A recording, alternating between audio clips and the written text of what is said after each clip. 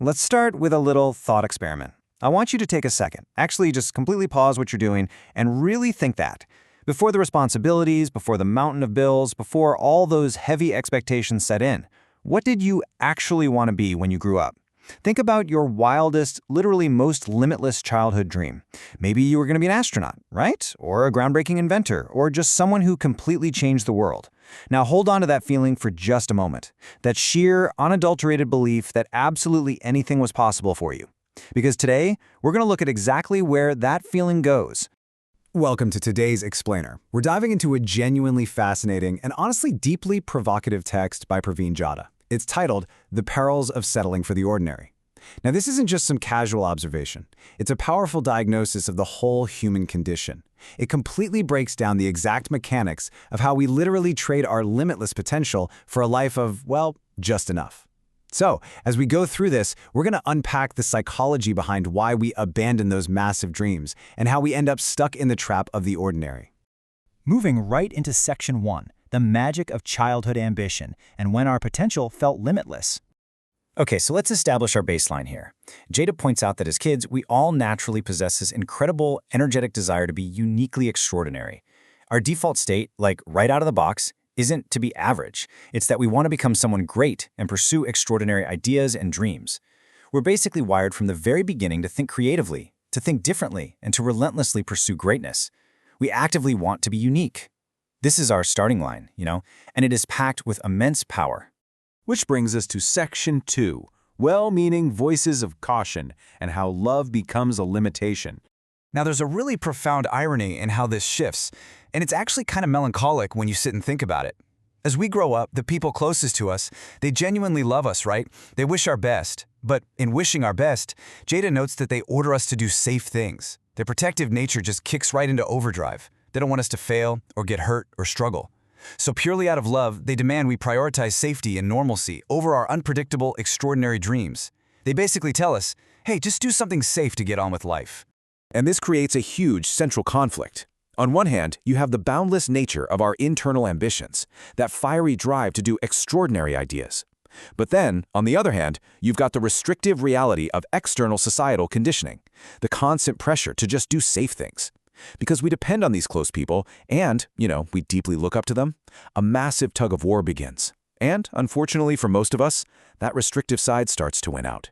This tug of war actually builds into a very predictable chronological timeline. It's basically the precise path from childhood dreams straight to adult complacency. Check this out. Step 1, we start with those great, totally unique ambitions.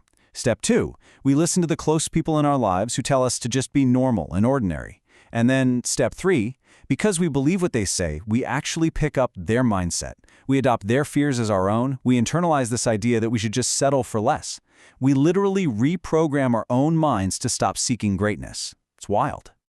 All right, moving to Section 3, settling for just enough, and the anatomy of the ordinary trap. So, what does this quote-unquote safe life actually look like when we finally cave to these well-meaning but limiting pressures? Well, according to Jada, we enter a world entirely defined by being just fine. We make a conscious choice to sacrifice our unique impact for a baseline level of accepted normalcy. We settle for something that allows us to, as the text perfectly captures it, lead our lives that are less impactful but good enough. We willingly shrink our footprint on the world just to fit ourselves neatly into a comfortable, secure little mold. The absolutely crucial point here is that we literally trade our absolute full potential for this highly mundane checklist. Have food, have a house, buy some stuff, go on some vacations. Now look, don't get me wrong, buying stuff and going to the beach are fantastic. There's absolutely nothing inherently wrong with sipping a good mojito by the ocean. But Jada's critique is that we make these basic survival elements and temporary comforts the absolute ceiling of our existence. We swap the pursuit of extraordinary greatness for a standardized checklist of consumerism and baseline comfort. Let's hit Section 4, fearing your full potential and the psychological barrier to greatness. This brings us to Jada's closing thesis. And wow, it is incredibly sharp. Why do we stay in this ordinary loop? It isn't just laziness, it's not just because we really like vacations, it's actually a deep-seated fear. Instead of realizing our full potential and exploring all our possibilities, we are actively terrified.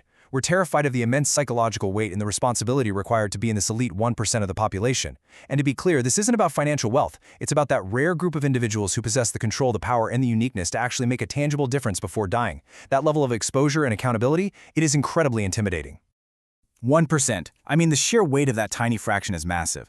That is the sliver of humanity that actually overcomes their societal conditioning.